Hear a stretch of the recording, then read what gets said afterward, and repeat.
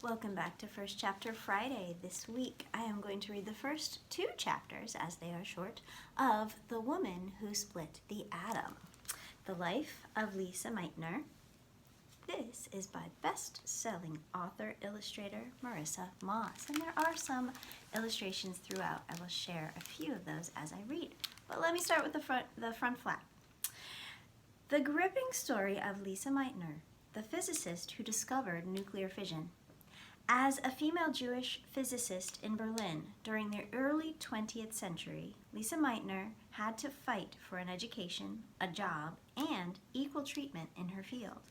Meitner made groundbreaking strides in the study of radiation, but when Hitler came to power in Germany, she had to face not only sexism, but life-threatening anti-Semitism as well. Nevertheless, she persevered and one day made a discovery that rocked the world: the splitting of the atom. While her male lab partner was awarded a Nobel Prize for the achievement, the committee refused to credit her.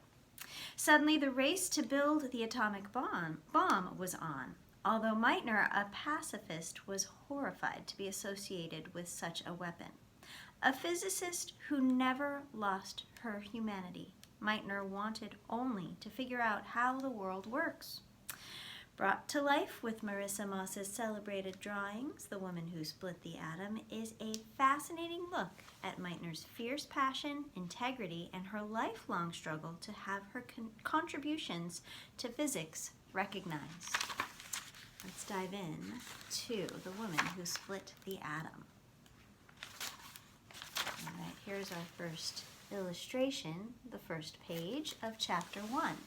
Dreams of the Impossible. Berlin, 1938. What if they ask for my passport, the one I don't have? Can they tell I'm Jewish? Do I look like I'm escaping? Papers! Papers! Say the guards. Oh, why did I wait so long to leave? Should I have tried to disguise myself? Too late now.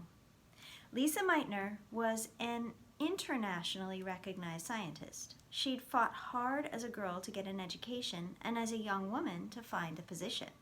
It had been a long struggle to be taken seriously as a physicist. How could I leave the institute when finally, it didn't matter that I'm a woman? Now all that matters is that I'm a Jew.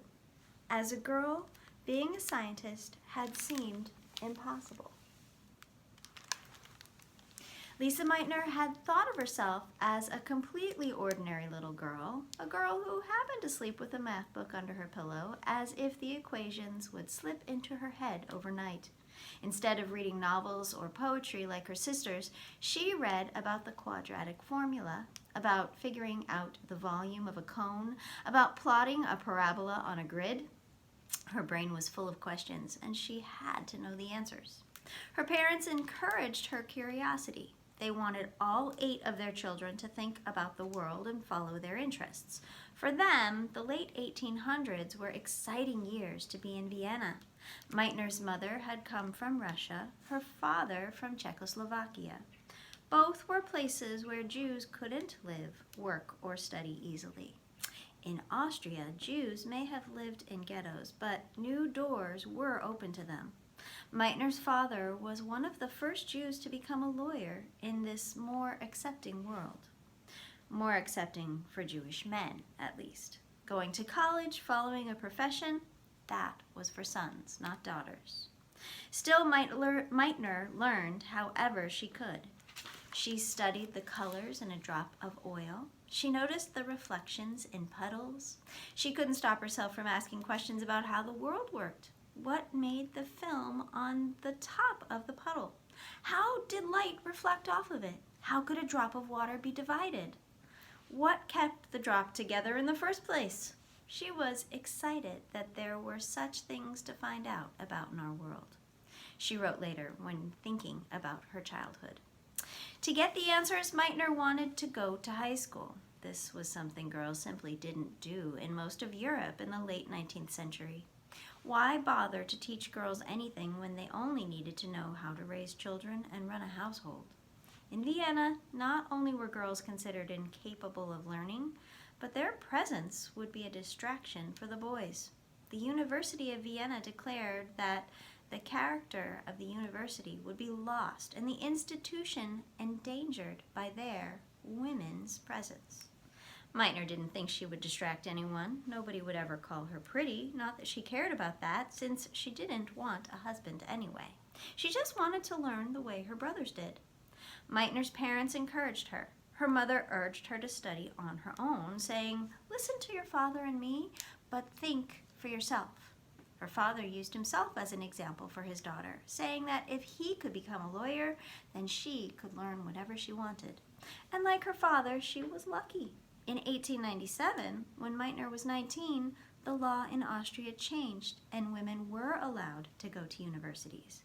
But first, they had to pass the difficult high school exit exam without having actually gone to high school. Her older sister, Gisela, started preparing for the test first, but Meitner quickly joined her. They studied Greek, Latin, math, physics, botany, zoology, mineralogy, physiology, logic, literature, and history. They read constantly from as soon as they opened their eyes in the morning until they closed them, exhausted at night. Meitner's younger brothers and sister teased her that she would fail because you just walked across the room without picking up a book. Meitner was obsessive. This was her chance and she wasn't going to miss it. Gisela passed the difficult exam first and started medical school. As Meitner finished her studies, her father discouraged his younger daughter from following the same path.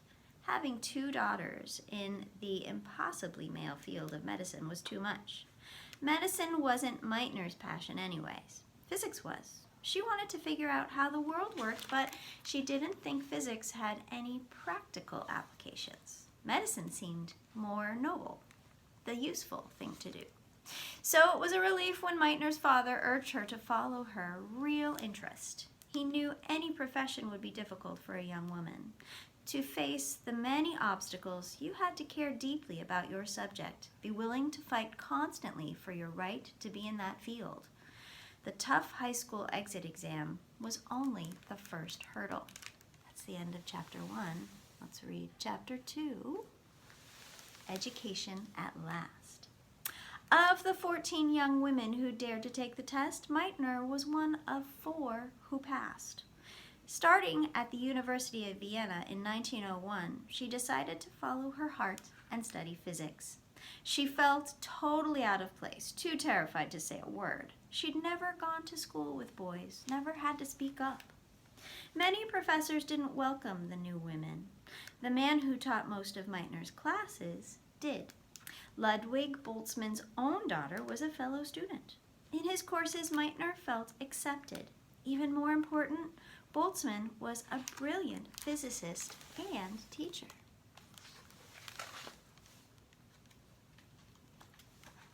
Meitner called Boltzmann's lectures the most beautiful and stimulating that I have ever heard.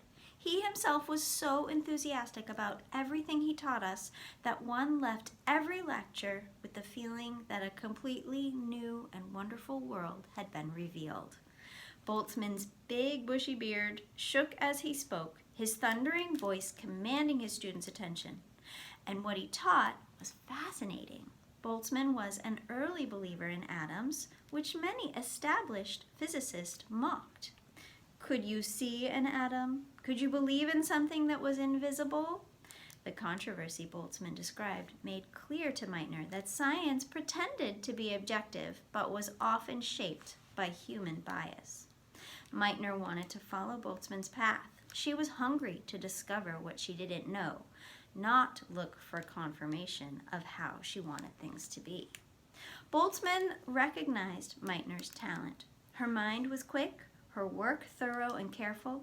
She had an uncanny ability to see both the forest and the trees. Boltzmann advised her to go to graduate school. As her nephew later observed, Boltzmann gave her the vision of physics as a battle for ultimate truth. Meitner wanted to fight that battle. Oh my gosh, I can't wait to read the rest.